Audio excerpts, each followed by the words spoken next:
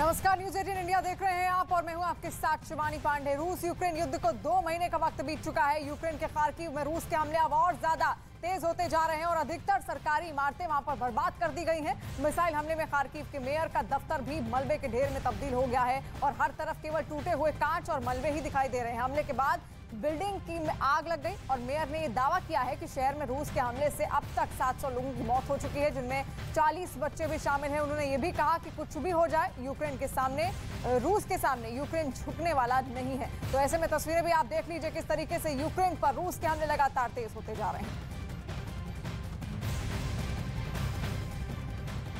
और यूक्रेन रूस की जंग जैसे जैसे आगे बढ़ रही है, पुतिन के अगले टारगेट पर बहस भी तेज होते जा रही है और दावा किया जा रहा है कि यूक्रेन और रोमानिया के बीच में बसा हुआ छोटा सा देश मोल्दोवा पुतिन का अगला टारगेट हो सकता है।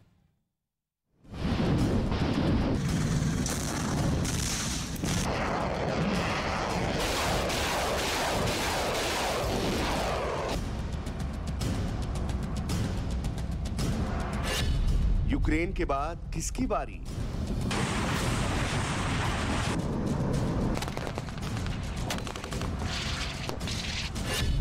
पुतिन का नया प्लान क्या है?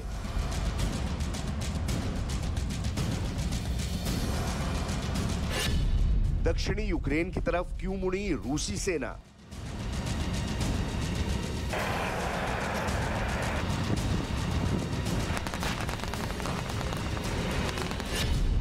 क्या मोल्डोवा पर कब्जा चाहते हैं पुतिन?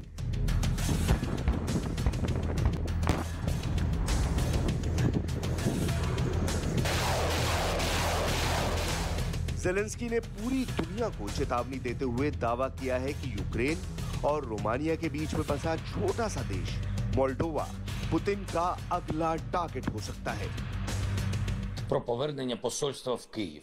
Велика Британія стала 21-ю державою, яка повертає дипломатичне представництво в нашу столицю. І це свідчить про те, що не ми одні віримо в перемогу життя над смертю. Сьогодні з посиланням на російських військових була розповсюджена новина про те, що начебто їхнім завданням зараз є встановлення मोल्डोवा पर रूस के कब्जे का प्लान आपको समझाएंगे, लेकिन उससे पहले बेलारूस के राष्ट्रपति लुकाशेंको का एक वीडियो भी चर्चा में आ गया, जो 1 महीना पहले लीक हो गया था।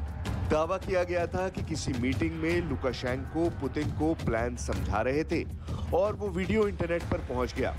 उस वक्त दावा किया गया था कि यूक्रेन के दक्षिण में बसे मोल्डोवा पर हमले का प्लान काफी पहले से बनाया जा चुका है।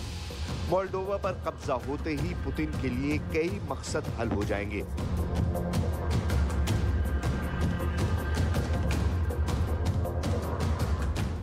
यूक्रेन के राष्ट्रपति ज़ेलेंस्की ने जो दावा किया है उसके मुताबिक अगर दक्षिणी यूक्रेन पर रूस का पूर्ण नियंत्रण हुआ तो वो उन्हें मोल्डोवा तक पहुंचने का रास्ता मिल जाएगा। इसके बाद वो यूक्रेन के प्रमुख शहरों माइक, मिकोलाइव और ओदेसा की तरफ बढ़ेंगे। इसलिए अमेरिका और ब्रिटेन के लिए इस वक्त ये बड़ी टेंशन की वजह है। यूक्रेन के पूर्व और दक्षिण में जैसे जैसे जंग तेज हो रही है, रूस को एक के बाद एक कामयाबी मिल रही है। इसलिए माना जा रहा है कि यूक्रेन के पूर्व और दक्षिण पर कब्जा करना पुतिन के एक बहुत बड़े प्लान का हिस्सा है, जिसका अगला पड़ाव मोल्डोवा हो सकता है।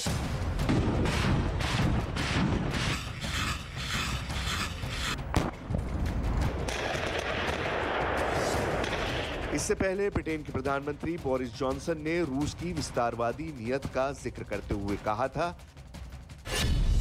कि यूक्रेन की हालत ऐसी हो गई है जिसका पैर मगरमच्छ के जबड़े में फंसा है। ऐसी स्थिति में यूक्रेन कैसे समझौते के लिए बातचीत कर सकता है, क्योंकि पुतिन तो पूरे यूक्रेन पर कब्जा चाहते हैं। मोल्डोवा आखिर पुतिन के लिए इतना अहम क्यों है, इसे आपको नक्शे से समझाने की कोशिश करते हैं। दरअसल मोल्डोवा एक छोटा मुल्क होने के साथ यूरोप का सबसे गरीब मुल्क भी है। वर्ल्ड बैंक के मुताबिक यूरोप में सबसे गरीब मुल्क मोल्डोवा ही है, जिसका सीधा मतलब यह है कि मोल्डोवा के पास ना तो ज्यादा हथियार हैं और ना ही बहुत बड़ी सेना है। अगर रूस ने मोल्डोवा पर हमला किया तो मोल्डोवा अपने दम पर तो जंग नहीं लड़ पाएगा। लेकिन सवाल यह है कि मोल्डोवा अगर पुतिन की मुट्ठी में चला गया तो क्या होगा? तो होगा ये कि पुतिन की फौज रोमानिया की सीमा पर पहुंच जाएगी। रोमानिया नेटो का सदस्य है और जमीन के हिसाब से यूरोप का सबसे बड़ा देश है। ऊपर से काला सागर का बहुत बड़ा हिस्सा रूस के पास पहुंच चुका होगा, जिसका मतलब ये होगा कि रोमानिया की नौसेना के लिए रूस की नौसेना चुनौती बन जाएगी।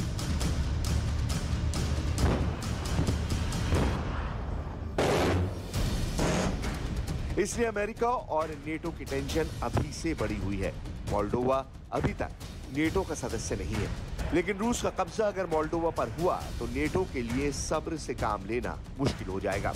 सवाल यह है कि जैसा कि ज़ेलेंस्की ने कहा, मोल्डोवा के बाद पुतिन रुकेंगे नहीं, वो और आगे बढ़ेंगे, बाल्टिक देशों की तरफ जाएंगे।